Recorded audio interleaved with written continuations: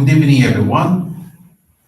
We will begin the evening service of the Miroku Association headquarters, expressing our gratitude to God and Meishu-sama for the permission and protection granted us while participating today in God's divine plan of constructing a paradise on this earth.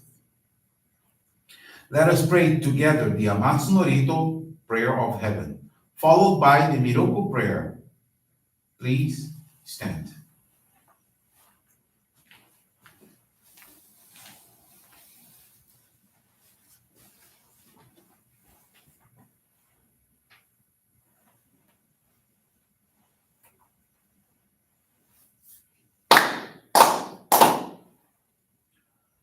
Taka amahara ni kamusumarimasu. Kamuragi kamurami no mikoto moshite. Sumeni oya kamu izanagi no mikoto. Tsukushi no gimuka no tachi hana no. Odo no ahagi hara ni misogi hara itamo utoki ni narimaseru. Arai dono o kami tachi moro moro no maga koto tsumi kegare o arai tama e kiyome tamai toma o su koto no yoshi o Amatsu kami kunitsu kami ya o yorozu no kami tachi tomo ni ame no fuji koma no mi uri tatete kikoshi meseto kashiko mi mausu Miroku o mikami mamori tamae saki hae tamae Miroku o mikami mamori tamae saki hae tamae Oshie miyoyan shino kami mamori tamae saki hae tamae Oshie miyoyan shino kami mamori tamae saki hae tamae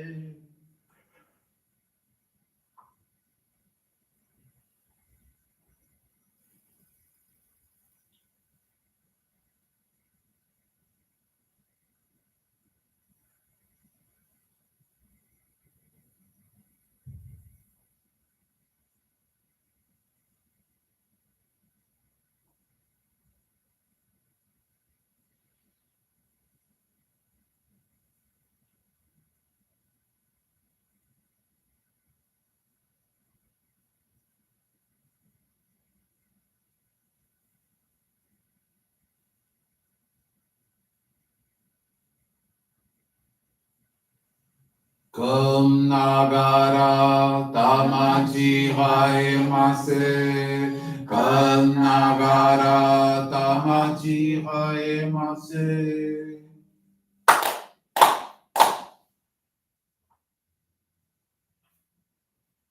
Great God of light, creator and giver of all life, in accordance with your divine will, the long age of night draws to an end.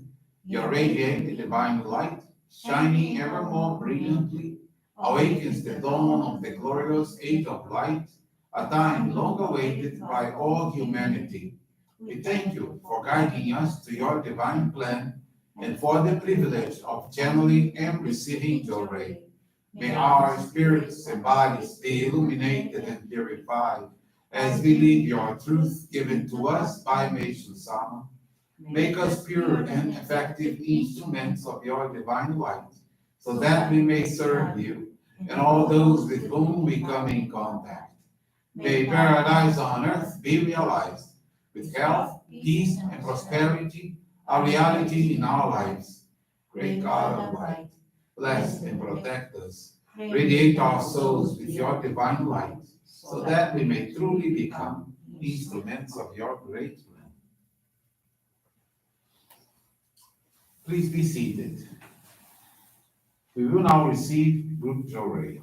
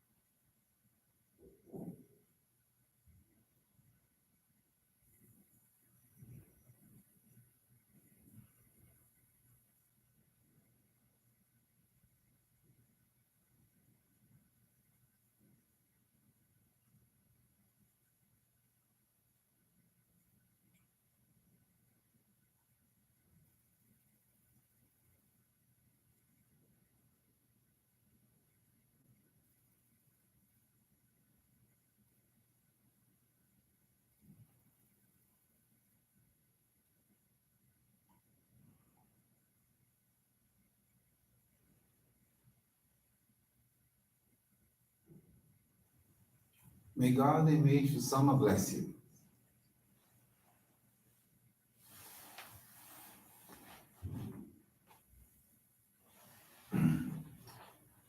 Johrei is now concluded. We will now listen to a reading from Meishu-sama's teachings.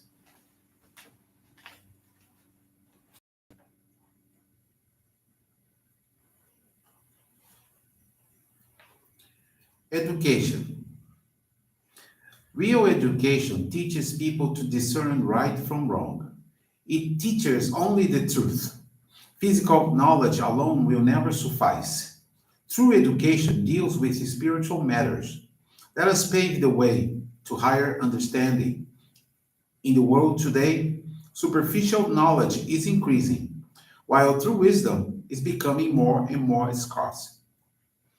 In a parent child relationship abounding in mutual love, the children reflect many of the adults' characteristics through the spiritual courts. For this reason, if people expect their children to be good, they must first be good themselves. If they have not set a proper example, admonishing the young ones for bad behavior will have little or no effect. Teachers, especially, should realize what an important influence they exert upon their students through their spiritual courts. Founders of religions or orders, priests and ministers, all have an exceedingly strong influence on members or devotees because they are held in such reverence and are looked up to with so much respect. These individuals should be more conscientious than anyone else. The parents are like the trunk of the tree. The boughs are the children, and smaller branches are the grandchildren. Just as no branch is unaffected by the trunk, so is it impossible that the spiritual clouds and spiritual virtues of the parents should fail to influence the offspring.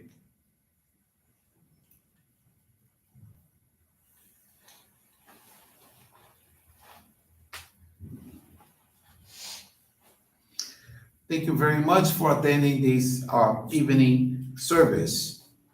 And today I would like to share a faith experience by Helena Mariana Fernandes, Holy Salgado from Corimba Johrei Center. She's from Portugal. Helena experienced constant pain in her lower back. Without paying too much attention to it, she carried out on her life as normally as she could. However, the pains became stronger and more constant, ultimately making it impossible for her to make certain body movements. Her family doctor sent her for an MRI, prescribed a variety of painkillers, and scheduled an appointment with a neurosurgeon. One day, a friend of hers showed the results of her examination to a general practitioner who commented that Elena would be in pain for the rest of her life, that she had manifested the same spine as an elderly person. And this doctor affirmed the need for her to book an appointment with a neurosurgeon most immediately.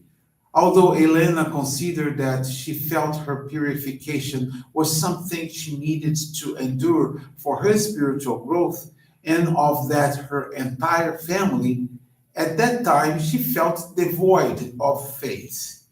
Thankfully, she was somehow able to hold on due to the strength that her husband and all family members gave her, even though she had no idea of what was to come. The neurosurgeon advised that Elena actually had a fracture in her vertebrae, a completely dehydrated disc, and another one that was also extremely deteriorated.